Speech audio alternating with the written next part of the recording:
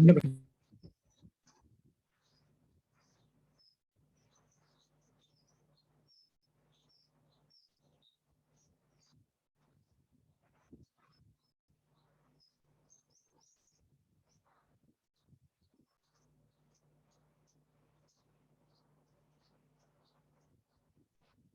morning. Good morning to all.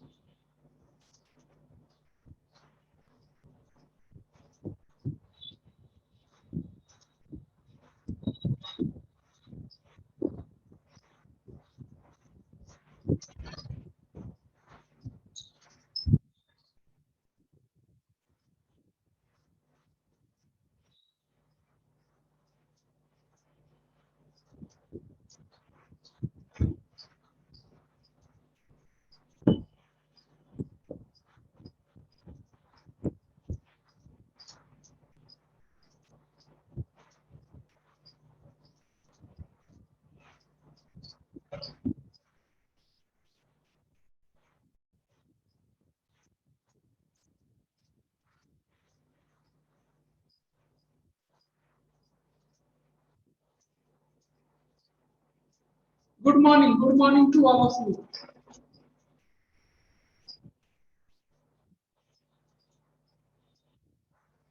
Hello. Hello. Hello. Hello. Hello.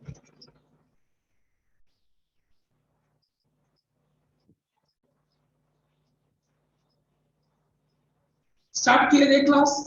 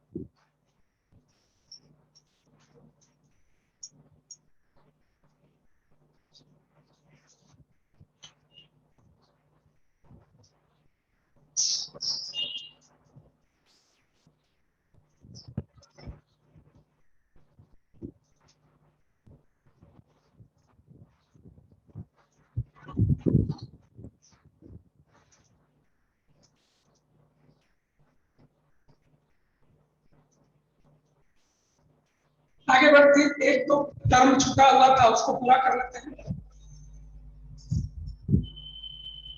सबसे पहले सीखिए strength of solution.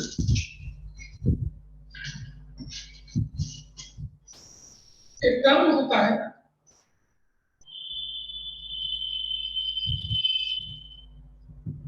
Strength of solution.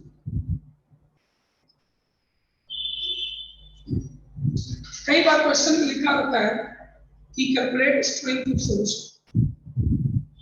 Strength of solution define किया गया है. It is the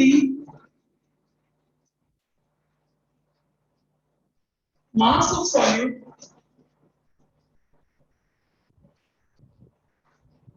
per unit volume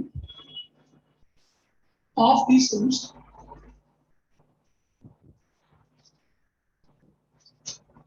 Mass of solute per unit volume of the solution. Mass of solute per unit volume of the solution. Formula क्या हो जाएगा? Mass of solute in gram by volume of solution in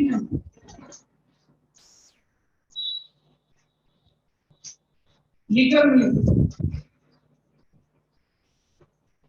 तो इसका unit क्या हो जाएगा? ग्राम पर litre. Unit क्या देगा आपको? ग्राम पर लीटर। याद रखिएगा।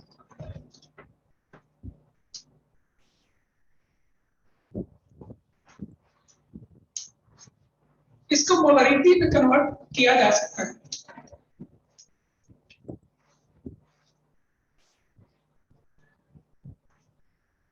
Relation between strength of solution and molarity। कई बार ये आपको क्वेश्चन में एक दूसरे फॉर्म में यूज होते रहता है, एक दूसरे फॉर्म में यूज होते रहता है।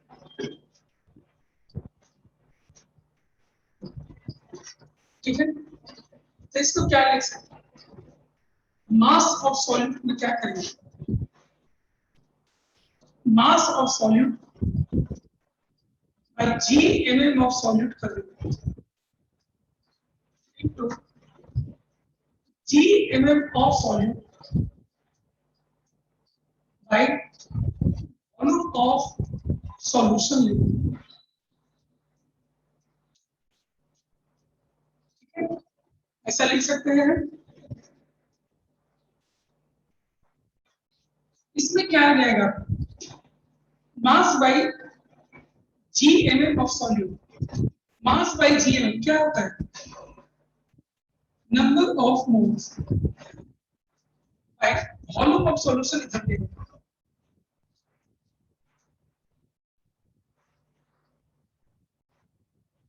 Into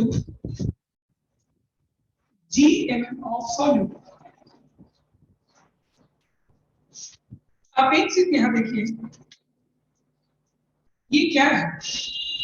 number of moles solute का by volume of solution in litre.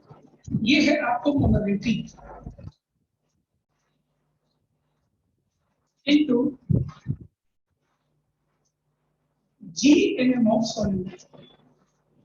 इसके बराबर हो जाएगा स्ट्रेंथ ऑफ सॉल्यूशन।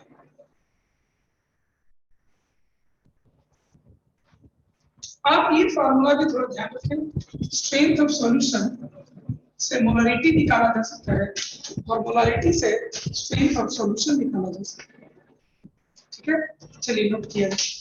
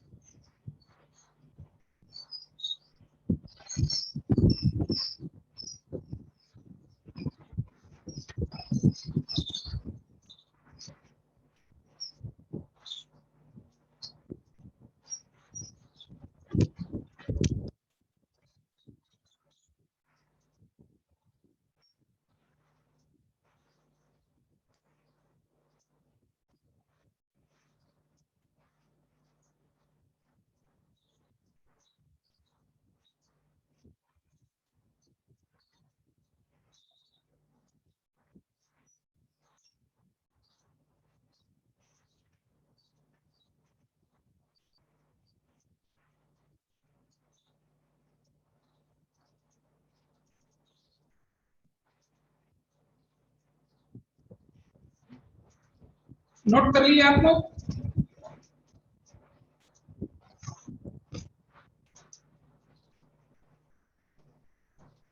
नोट कर लिए आप लोग? चलिए, इसके बाद हम लोग एक छोटा सा क्वेश्चन करते हैं।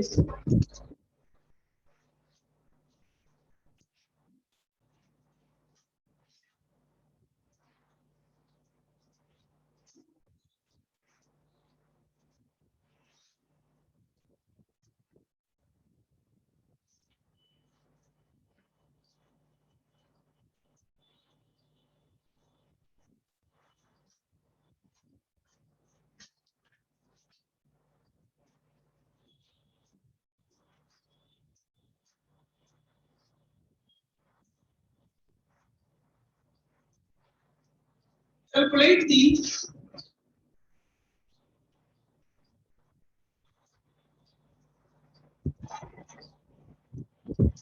strength of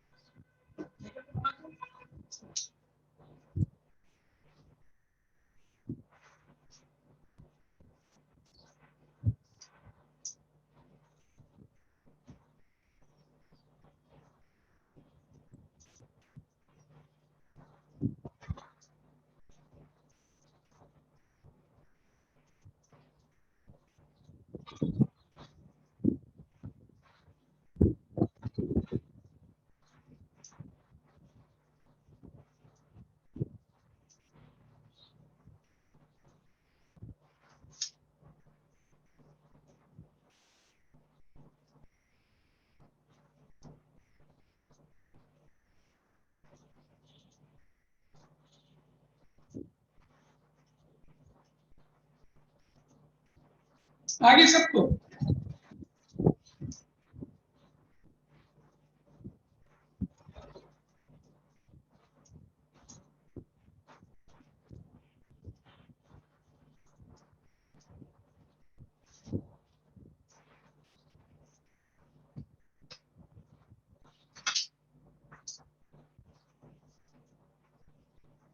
चलिए, सबको आ गया होगा? Molarity into strength of solution क्या होता है? Molarity into GM solute. Molarity क्या है? जीएम सॉल्यूट क्या है? 2360 प्लस 1 इंटू 40। डायरेक्टली निकाल सकते हैं। चलिए, एक क्वेश्चन और लिखिए।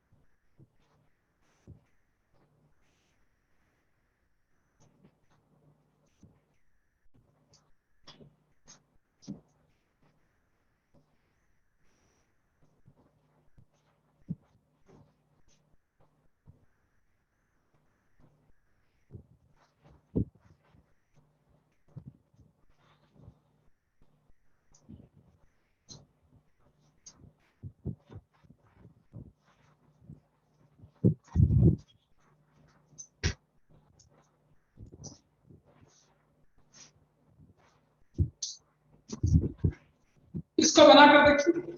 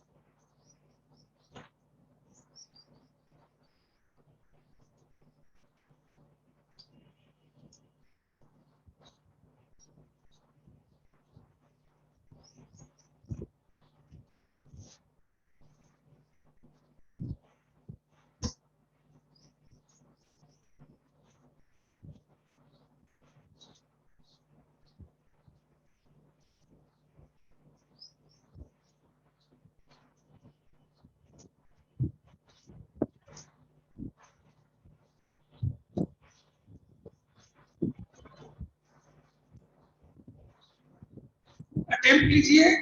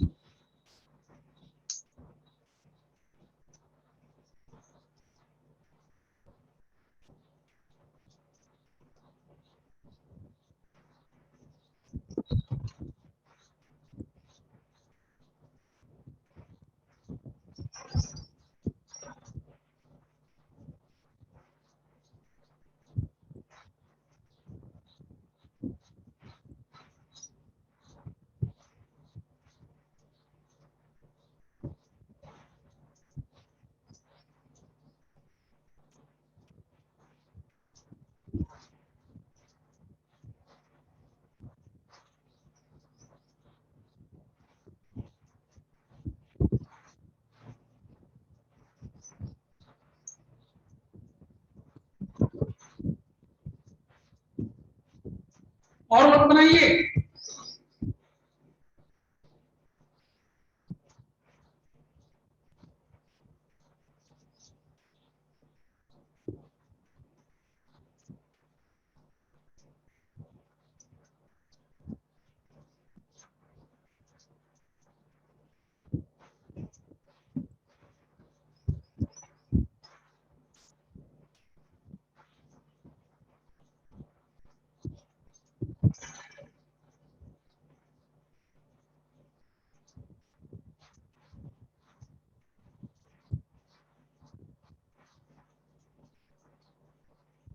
और लोग जवाब दीजिए।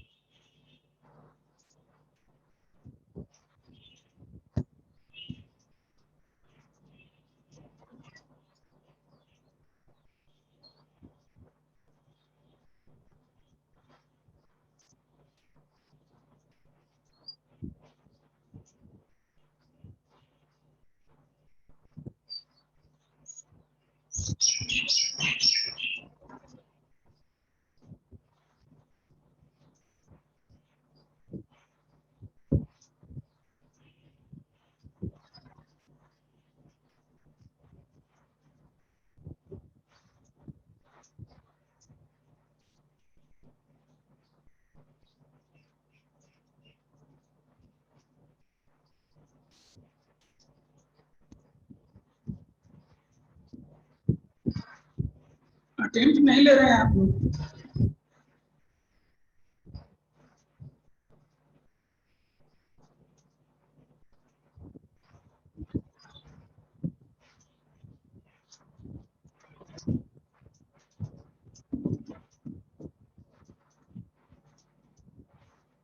चलिए बनाया जाए, बहुत लोग छोड़ रहे हो।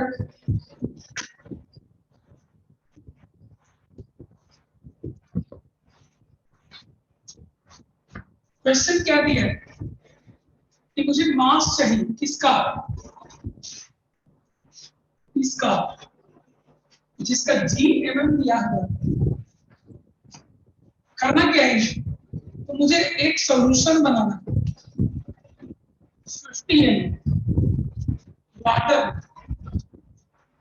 जिसका कॉन्सेंट्रेशन इतना होना चाहिए 40 मिलीग्राम पर ml ऑफ सॉल्यूशन होना चाहिए। तो हम करते हैं, let the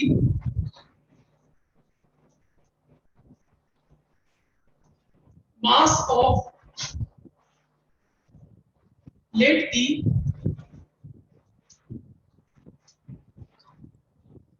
required mass of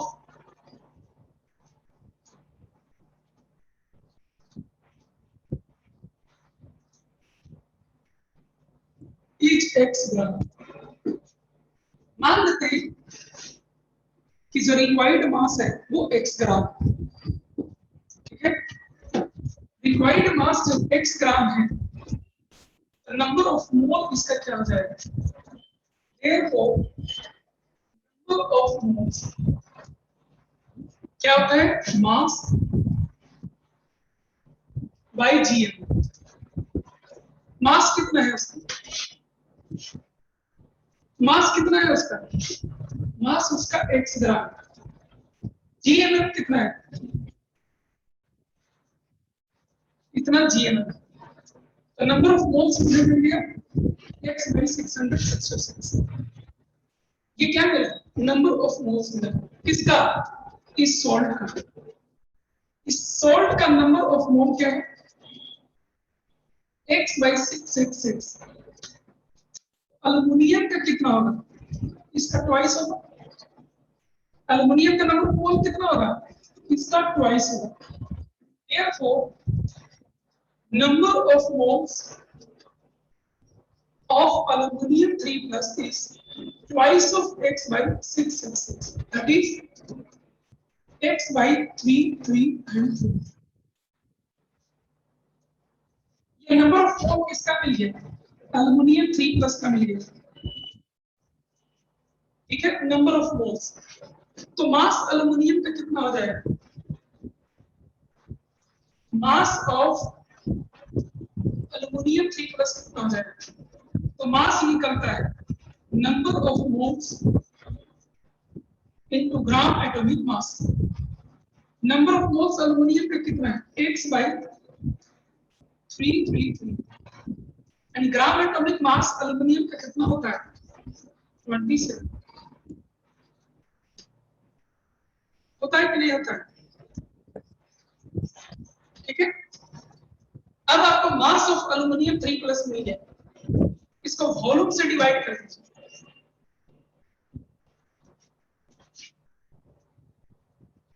therefore strength कितना होगा, मास x by 333 by volume. Volume 50 ml दिया हुआ है, 50 ml, और इसका यूनिट क्या है, ग्राम। ये क्वेश्चन में दिया हुआ 40 मिलीग्राम पर ml, तो 40 को ग्राम में कन्वर्ट कर, 40 मिलीग्राम को ग्राम में कन्वर्ट कर दीजिए। तो 40 मिलीग्राम को ग्राम में कन्वर्ट करेंगे तो 1000 से डिवाइड करेंगे। ये आपको कितना से कट जाता है, 25 से कैंसिल हो जाता है, और ये कितना से कट जाता है, 2 से कट जाता है। तो आफ्टर ऑल ये आया कितना, x into 27 by 333 into 2 is equal to 1. X is equal to 2 into 333 by 27. तीन बार बनाओ, तीन बार में बनाओ, तीन बार में तीन, तीन बार में तीन के 9 और 7 ये 65। तो 37 into 2 74 by 3, this is x.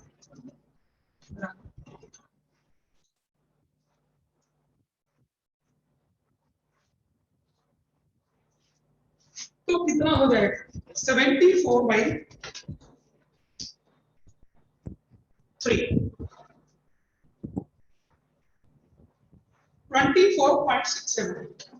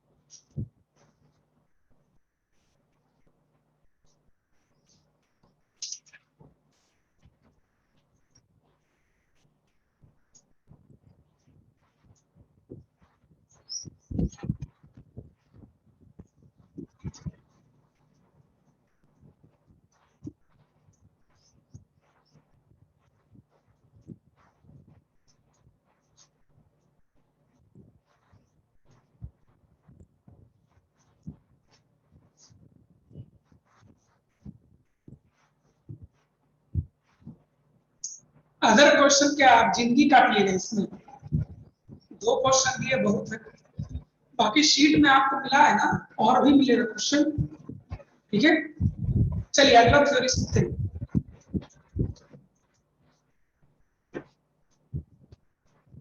बोलिए दिक्कत,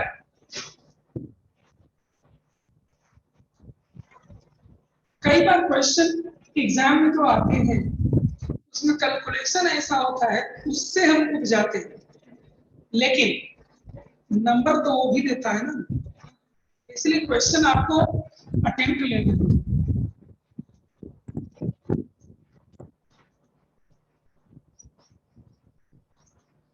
आगे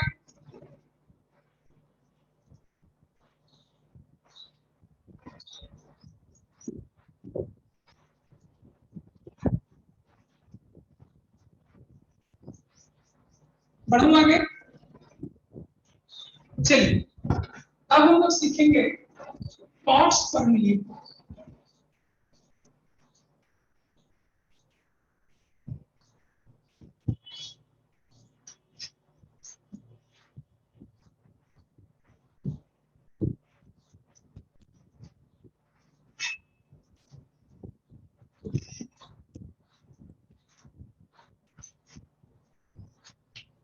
पार्ट्स पर मिलियन,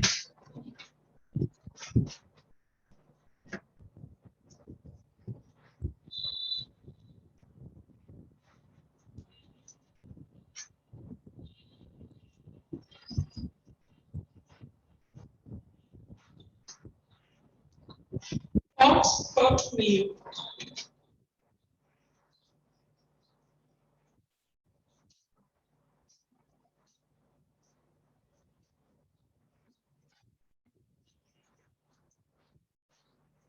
मिलियन किसको करते हैं,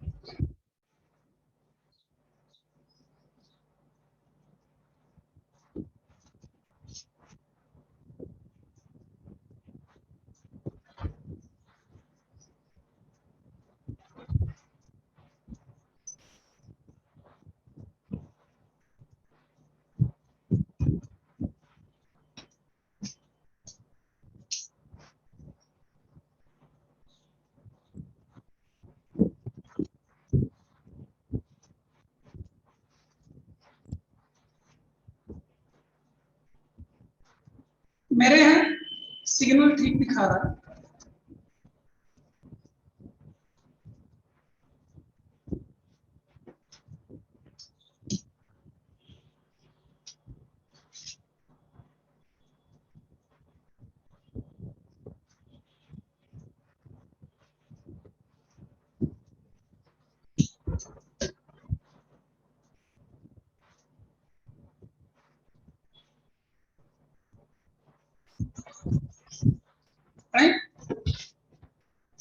पार्ट्स पर मिलियन का डेफिनेशन क्या होता है? It is the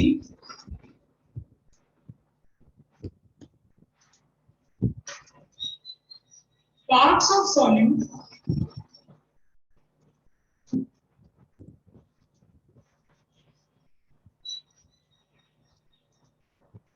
present in per million parts of the solution.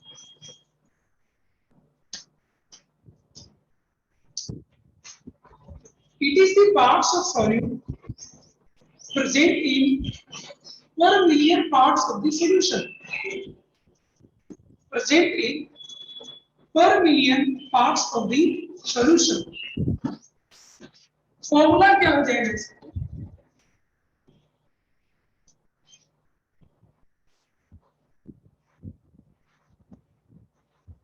Parts of solute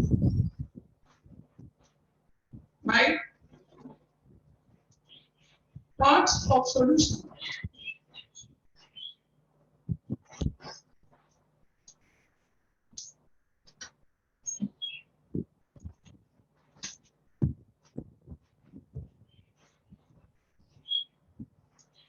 अब इसके एग्जाम्पल से समझते हैं। मान लो एक सॉल्यूशन इज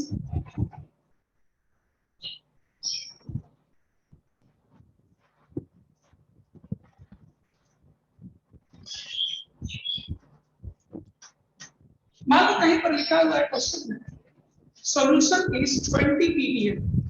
हम इसका क्या मतलब समझे? सॉल्यूशन इज 20 ppm, इसका क्या मतलब समझे? तो इसका मतलब है 20 parts of gram of the solute is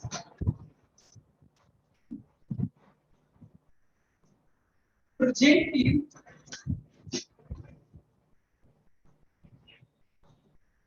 parts or gram of the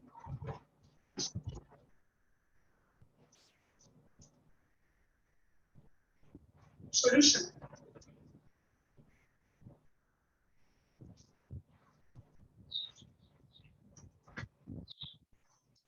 Twenty parts or gram of the solute is present in 10 raised to the power 6 parts, जिसको ग्राम भी कर सकते हो, of the solution. एग्जाम्पल समझने में कोई दिक्कत? चलिए क्वेश्चन किया जाए।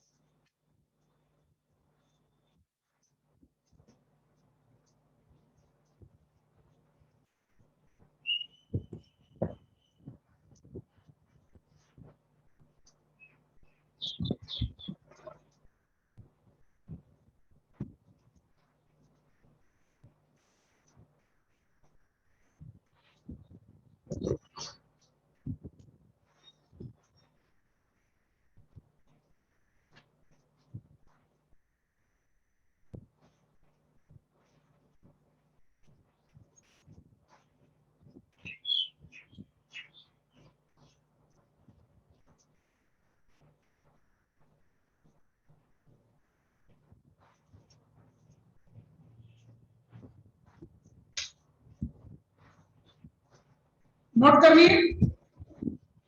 क्वेश्चन लिया जाए। मुझे आप सभी लोगों से रिक्वेस्ट है कि आप रोज क्लास किया करें। कंपटीशन की तैयारी में एक एक क्लास मिस होने से आपको बहुत नुकसान हो जाएगा।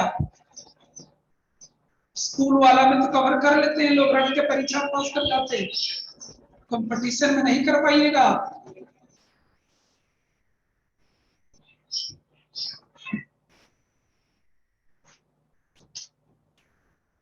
चलिए क्वेश्चन एक लिखा जाए, direct question.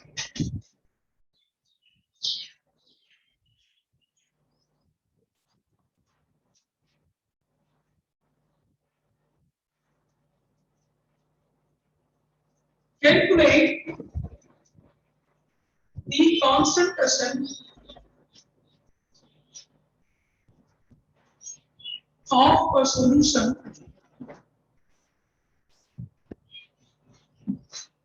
if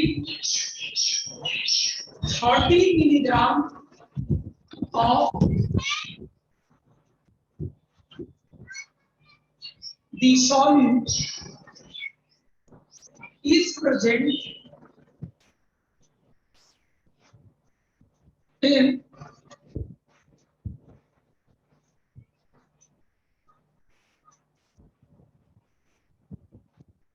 gram of the solution। देखिए तो करके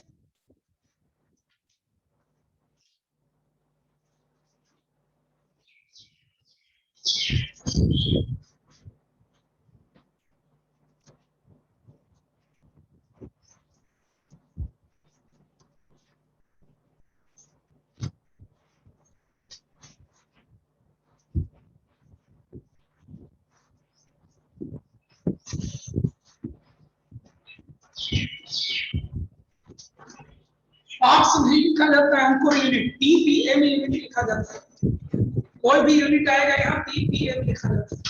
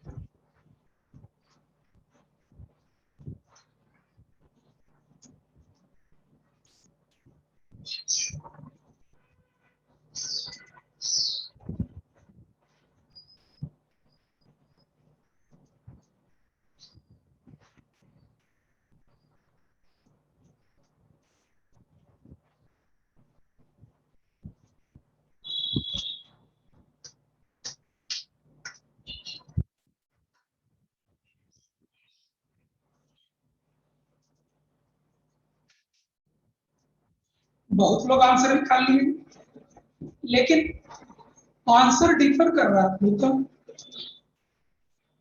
है ना।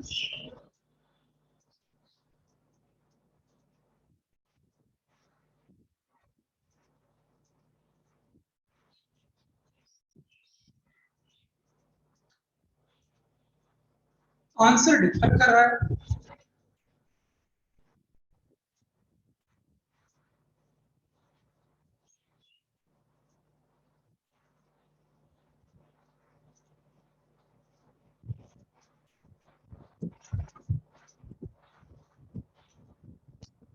चलिए चेक किया जाए।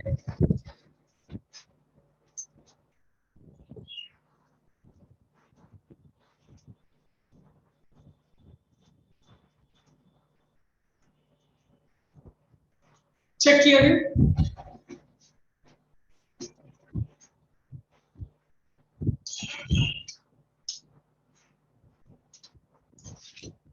आपको मास दिया है बड़े और सॉल्यूशन का मास दिया हुआ है, केवल पुट कर देना।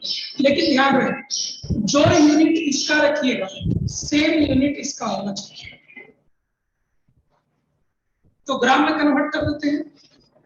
30 मिलीग्राम को ग्राम में कन्वर्ट करिए। 30 into 10 raise to the power -3 gram हो गया। By parts of solution 10 raised to the power 4 gram into 10 raised to the power 6। ठीक है, क्या है 4 और आपको 6 से कटेगा 2 आएगा, ये यहां से कटेगा -2 आएगा और -2 कट जाएगा तो सिंपली 3 आएगा, लेकिन यूनिट क्या होगा PPM। Answer is 3 ppm। Answer क्या है बेटा 3 ppm।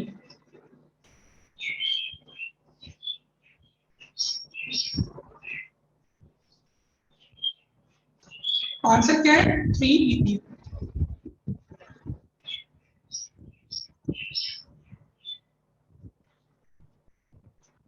चलिए एक क्वेश्चन और करिए। किसी को दिक्कत है, किसी को दिक्कत है?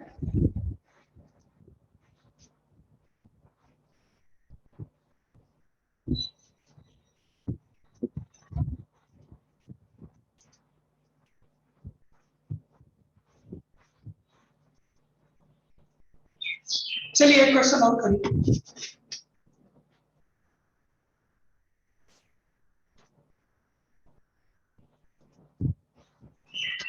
Calculate the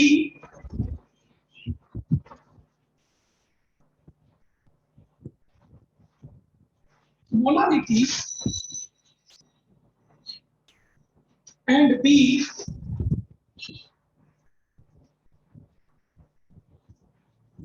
of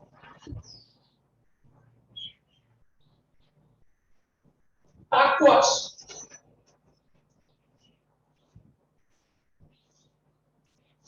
which is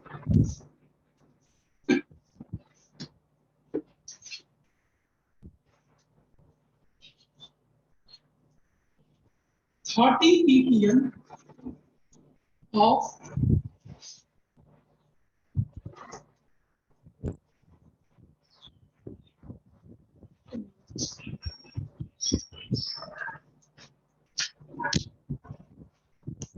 देखिए तो बनाकर दोनों पार्ट आपका निकाल लें, मोलालिटी भी निकाल लें and percent weight by wait भी।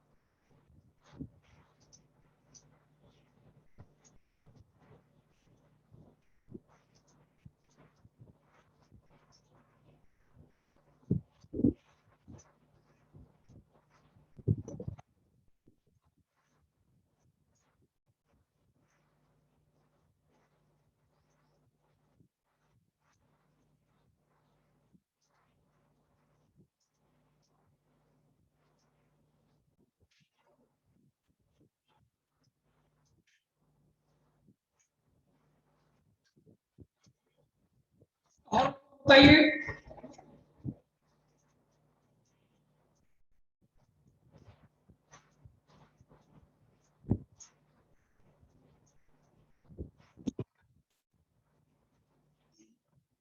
बताइए।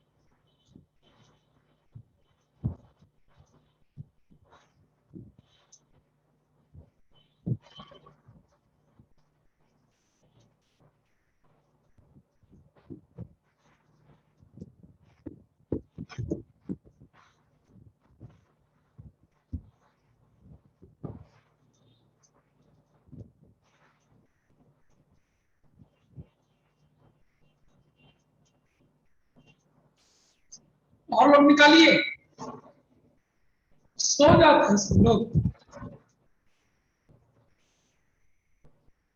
सुधीर, गौतम, सन्नी, उज्जवल, विशाल, सौम्या, शशिकांत, सेजल, सौरभ, संदर्शी, राजन, प्रियांशु, नितेश, निधि, मयंक, काव्या, गौरव, दीपक, छोटू, चंदन, अंकुर, अमीषा, अमनदीप, आर्यन, अजय, आदित्य, अध्या, अभिमन्यु, कहाँ गए सब?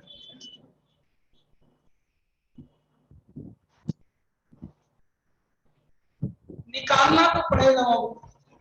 अगर आपको डॉक्टर इंजीनियर बनना है तो प्रॉब्लम सॉल्विंग स्किल आपके पास होना चाहिए। प्रॉब्लम सॉल्व करने आना चाहिए। आज का प्रॉब्लम नहीं सॉल्व करिएगा तो आगे कैसे प्रॉब्लम सॉल्व कर पाइएगा?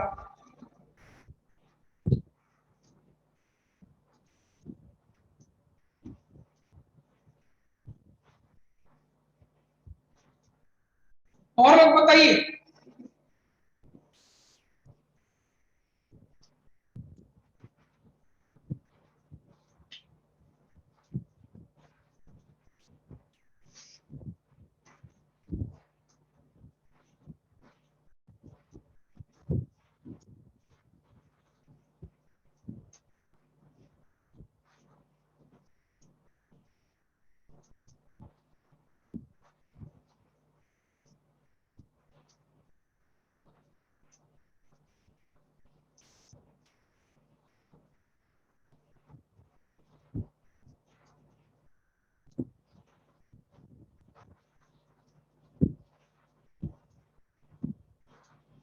क्या कर रहे हो आप लोग?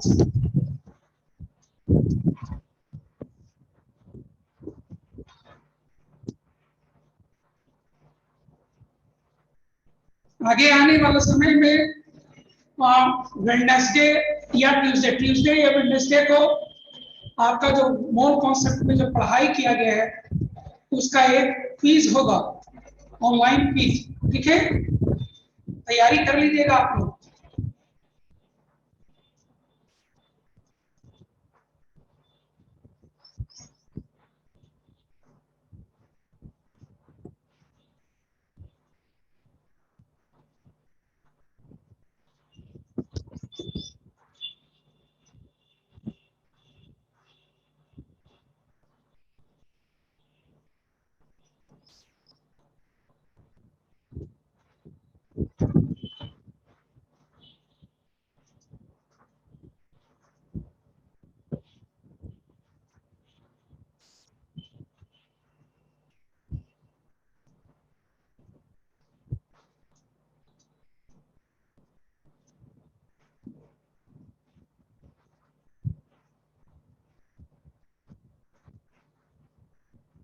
चलिए बनाते हैं, टाइम बहुत ले लिया।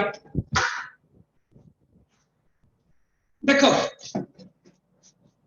पहले डेटा क्या दिया है, डेटा आपको केवल ये दिया हुआ। अब जो कुछ करना है किसी से करना है, जो दिया है वही से ना शुरू करेंगे, जो दिया है वो यही से सब काम होगा। तो काम किया जाए। 30 ppm का मतलब क्या होता है, का मतलब होता है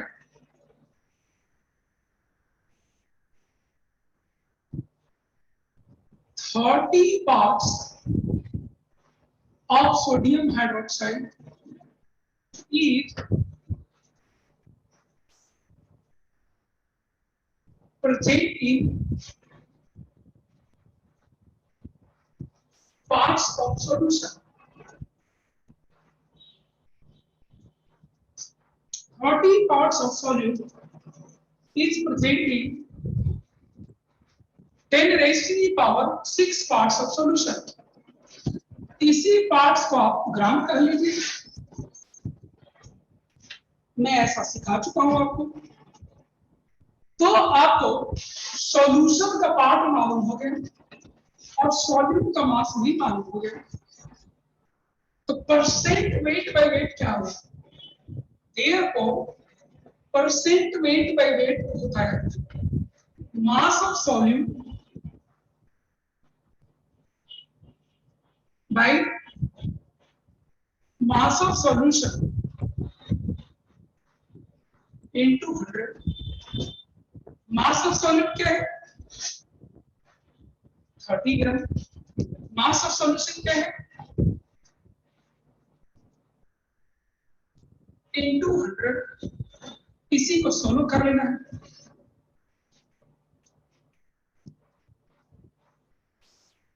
ठीक है, 3 into 10 raised to the power minus 3% होगा। 3 into 10 raised to the power minus 3% होगा। 3 into 10 raised to the power minus 3% होगा। कोई कंफ्यूजन यहाँ?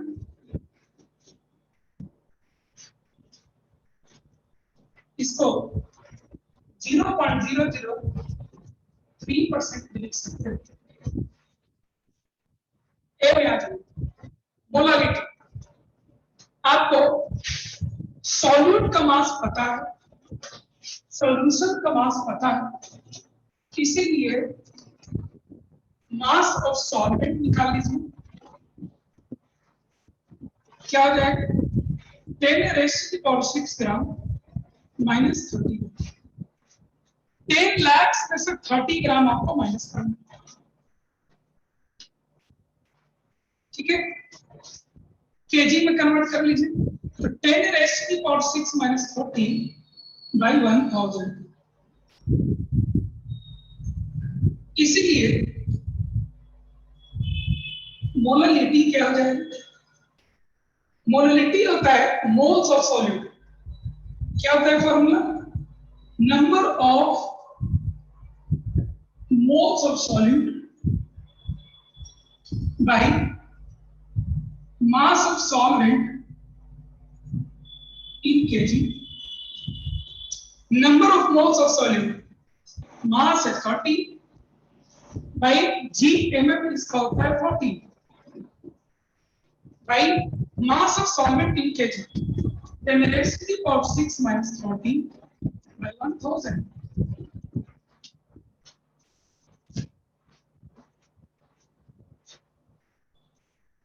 by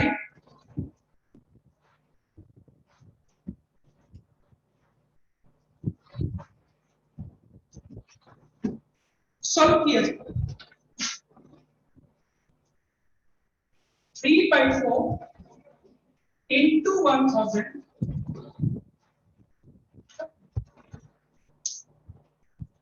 अब अप्रोक्सीमेट कैलकुलेशन के लिए 10 लाख में से 30 माइनस करिए, नहीं करिए कोई फर्क नहीं पड़ता, तो इसीलिए नेग्लेक्ट किया जा सकता है और ये आ जाएगा 1000 से 1000 कटेगा, 3/4 इंटू 1000, ठीक है। 0.75,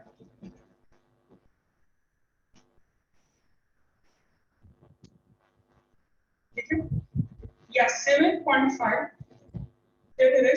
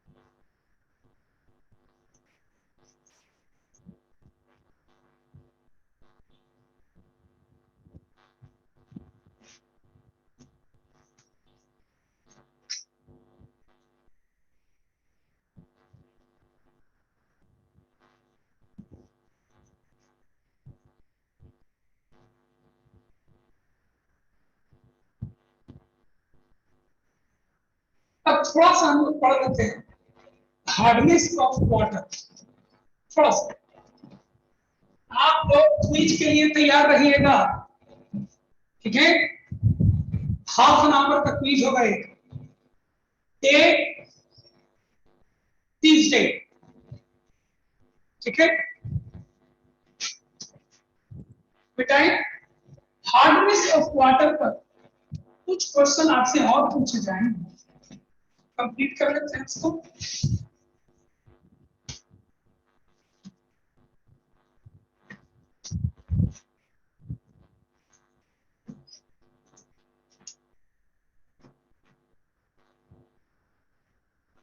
hardness of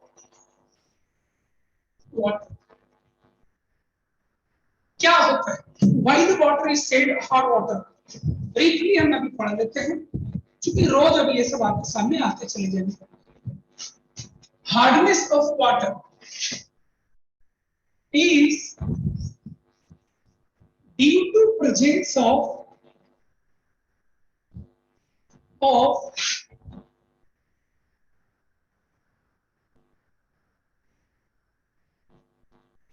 following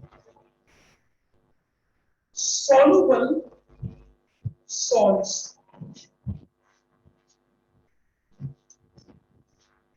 hardness of water क्यों होता है और क्या होता है सब सिखाएंगे। हार्डनेस ऑफ वाटर क्यों होता है, is due to presence of following soluble salts। अगर किसी सॉल्ट में येलो मौजूद हो,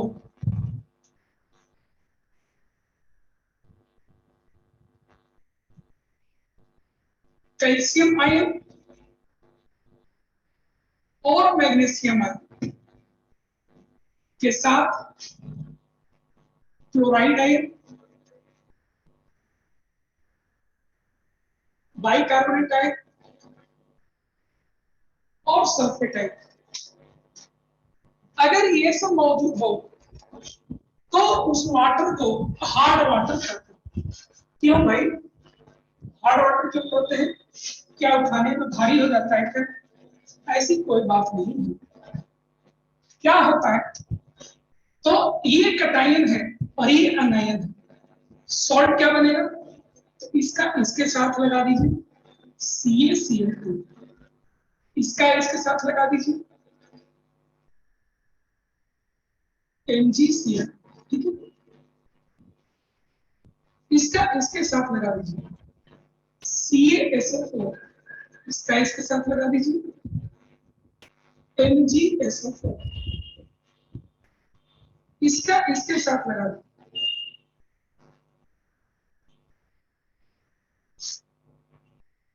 ठीक है, और इसका इसके साथ लगा दीजिए। ऐसे तो वाटर हार्डनेस रिमूवल को भी पढ़ना है, तो कुछ बातें इनऑर्गेनिक केमिस्ट्री में सीखेंगे, फिजिकल केमिस्ट्री का जो पार्ट है वो मैं आपसे कवर करूंगा। अगर सॉल्ट में ये लोग मौजूद रहे वाटर में, इनमें से एक या एक से ज्यादा कोई भी मौजूद रहे तो उसको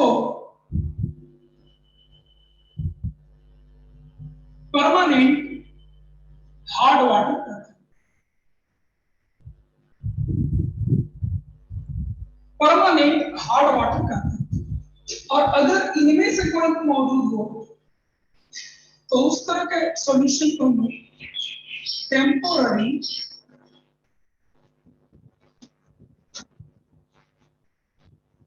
हार्ड वाटर कहते हैं। ठीक है, अब टेम्पररी क्यों कहते हैं, हार्ड क्यों कहते हैं, उसका पीछे कारण है, थोड़ा सा मैं ब्रीफली बताता हूं। कैन बी रिमूव इजीली, बस इतना। और इसमें लिख देते हैं can not be remove easily.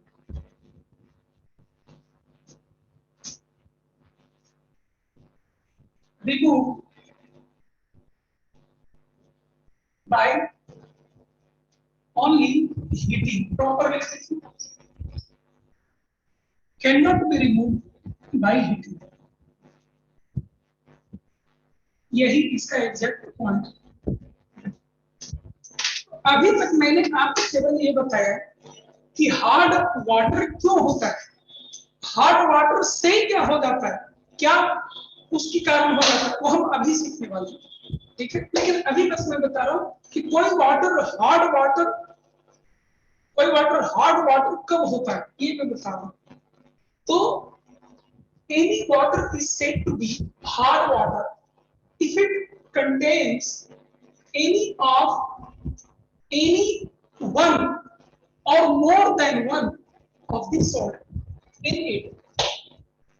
In 6 salts में से 1 2 3 4 5 6, अगर वाटर में इन 6 सॉल्ट्स में से एक या एक से ज्यादा सॉल्ट मौजूद रहा तो उस वाटर को हम लोग क्या कहते हैं, हार्ड वाटर। उस वाटर को क्या कहते हैं, हार्ड वाटर कहते हैं। लेकिन वाटर का हार्डनेस दो तरह का होता है, एक टेम्पररी हार्डनेस और एक परमानेंट हार्डनेस। डिटेल में मैं नहीं जा रहा हूं, ब्रीफली केवल बता रहा हूं, क्योंकि अभी न्यूमेरिकल में जरूरत ब्रीफली का केवल होता है। एक टेम्पररी हार्डनेस और एक परमानेंट हार्डनेस। कैसे क्लासिफाई होते हैं, तो अगर आपको हार्ड वाटर हीट करने से सॉफ्ट वाटर हम लोग को पीने लायक बन जाए, इस्तेमाल करने लायक बन जाए, अगर हार्ड वाटर सिंपली बॉइल करने से सॉफ्ट वाटर नॉर्मल वाटर में कन्वर्ट हो जाए तो उसको हम लोग टेम्पररी हार्ड वाटर कहते हैं। और वो केवल इनके केस में होता है, जब हम इनको हीट करते हैं तो ये टूट कर कैल्शियम कार्बोनेट में चेंज हो जाता है, जो अभी नहीं पड़ रहा, और ये कंपाउंड यहाँ से हट जाते हैं, नीचे बेस पर जाकर बैठ जाते हैं और प्योर वाटर बच जाता है। इसको टेम्पररी हार्डनेस कहा जाता है। लेकिन इनको हीट करने से ये लोग कहीं जाने वाले नहीं है, पानी में हमेशा मौजूद रहेंगे, इसीलिए इसको क्या कहेंगे, परमानेंट हार्ड वाटर कहा गया। अब क्वेश्चन उठता है कि इनको हार्ड वाटर होने से क्या फर्क पड़ा, वाटर कोई हार्ड है इसका क्या मतलब होता है, पहले इसको नोट करिए, फिर मैं बता रहा हूँ वाटर कोई हार्ड है उसका क्या मतलब होता है, उस वाटर को हार्ड क्यों कहा जाता है। नोट करिए पहले।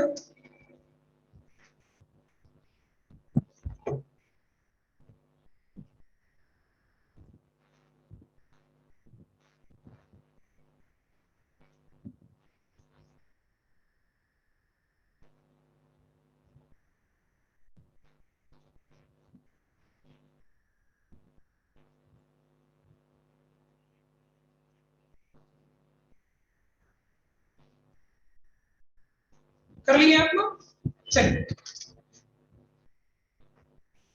अब कोई वाटर हार्ड क्यों होता है,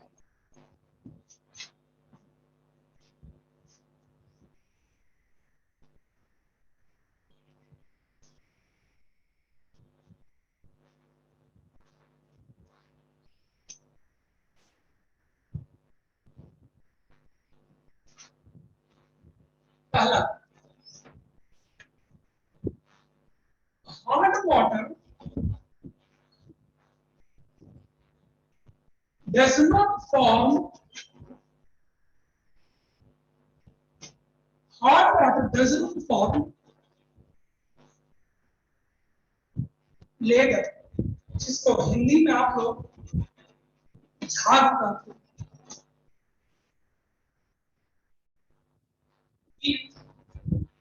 soap or with soap,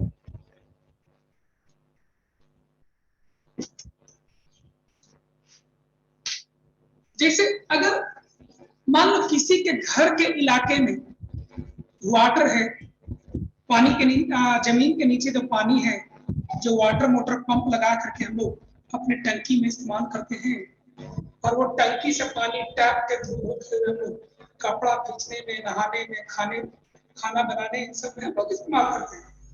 तो अगर उस इलाके का पानी में यहाँ पर जो सॉल्ट से लिखे गए थे, इनमें से कोई भी सॉल्ट अगर मौजूद रहा, इनमें से कोई भी सॉल्ट अगर मौजूद रहा, ठीक है, तो वैसे केस में आप उस तरह के पानी में जिसमें इनमें से कोई भी सॉल्ट मौजूद हो, उस तरह के पानी में जब आप कपड़ा साफ करने जाइएगा, साबुन सर्फ को इस्तेमाल करके जब आप कपड़ा साफ करने जाइएगा, तो साबुन सर्फ ऐसा आपको महसूस होगा कि काम नहीं कर रहा।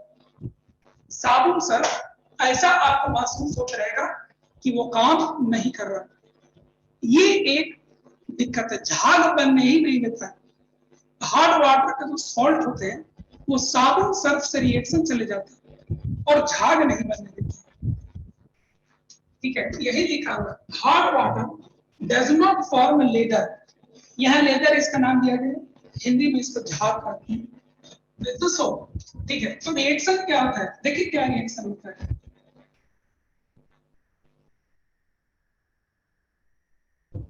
ये है आपको सोप, ये है सोप जो कपड़ों पर बैठे हुए गंदगी को साफ करता है।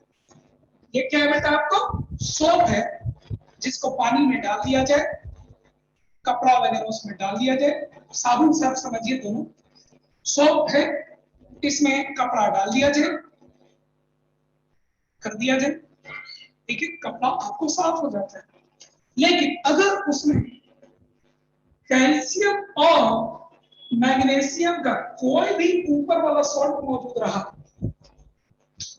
अगर उसमें कैल्शियम और मैग्नीशियम का 6 सॉल्ट्स जो बताए गए, उनमें से कोई भी मौजूद रहा, तो करता क्या है कि साबुन सर्फ को कपड़ा पर अटैक करने के लिए यूज किया गया कि कपड़ा को साफ करेगा, लेकिन इनका मौजूदगी होने की वजह से ये लोग इसके साथ रिएक्शन चले जाते हैं, और ये लोग जब इसके साथ रिएक्शन चले जाते हैं तो बनाता है RCOO का होल टू Ca और RCOO का होल टू Mg का प्रेसिपिटेट बनता है और 210%। मतलब ये है कि साबुन सर्फ जो आप यूज किए थे कि कपड़ा पर जाकर दाग को हटाएगा, वो हार्ड वाटर में मौजूद कैल्शियम एंड मैग्नीशियम आयन के साथ रिएक्शन चला जाता है, और इनके साथ रिएक्शन जाने के बाद जो सोपिंग एजेंट होता है उसके साथ रिएक्शन करके नीचे देखिए प्रेसिपिटेट बना के बैठ जाता है बेस, और साबुन सर्फ के एक्टिविटी को रोक देता है, साबुन सर्फ के एक्टिविटी को रोक देता है, साबुन सर्फ के एक्टिविटी को रोक देता है, झाग बनने नहीं देता है, कपड़ा साफ होने नहीं देता है। तो जिन इलाकों में हार्ड वाटर होता है वहां कपड़ा साफ करने में काफी दिक्कत होती है। कुछ बात आपको क्लियर हुआ? अब दूसरी बात जो आपके सिलेबस में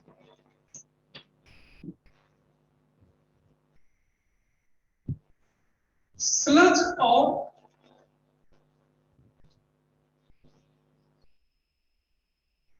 scale formation in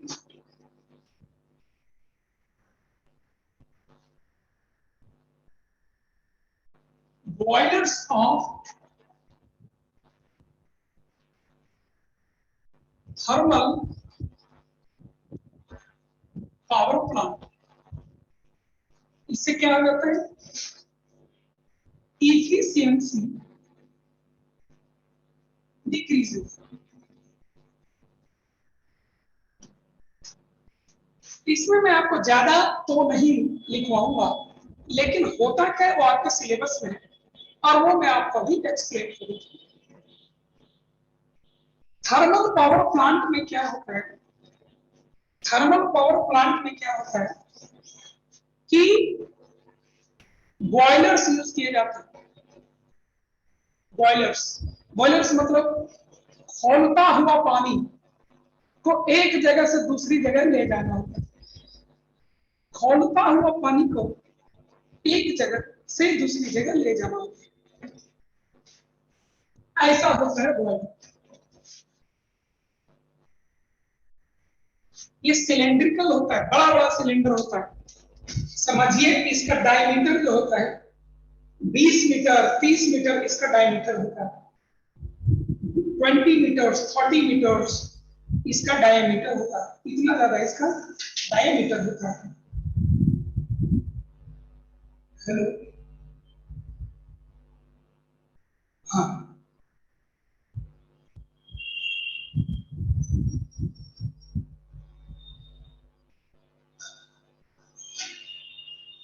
ठीक है। तो समझिए ऐसे ऐसे कई बॉयलर्स लगे होते हैं। सिलेंड्रिकल पाइप होता है जिसमें भर के खौला करके, भर करके खौला करके इसको आपको पानी को भर भर के यहाँ भेजा जाता है। आपको बता दें, एक एक थर्मल पावर प्लांट एक एक दिन में 10-10 करोड़ 20-20 करोड़ का बिजली प्रोड्यूस करता है। तब जब ये बॉयलर पूरा क्रॉस सेक्शन यूज होगा, तब होता क्या है कि अगर कहीं का पानी हार्ड वाटर है और वैसे खोलते हुए पानी को इस पाइप से अगर रोज आप पार करवाइएगा तो धीरे धीरे जो सॉल्ट जो थे हार्ड वाटर के वो धीरे धीरे आपको यहां पर डिपॉजिट होना स्टार्ट कर देते हैं, ऐसे। और सीमेंट की तरह ये हार्ड होता है, मजबूत हो जाता है। आप समझिए डेली जब हम इस बॉयलर को यूज कर रहे हैं, खौलता पानी इससे होकर जा रहा है, हार्ड वाटर वाला खौलता पानी इससे होकर जा रहा है, तो उसमें मौजूद जो हार्ड वाटर के जो कंपाउंड्स होते हैं, 6 सॉल्ट्स होते हैं, यही सब सॉल्ट सीमेंट में भी यूज होते हैं। और बताइए वो सब जब यहाँ जमा होना शुरू हो जाएगा तो सीमेंट तो मजबूत होता है ना, और वो यहाँ बैठ जाता है, और बैठने से इसका क्रॉस सेक्शन जो है, इसका डायमीटर धीरे धीरे कम होने लगता है।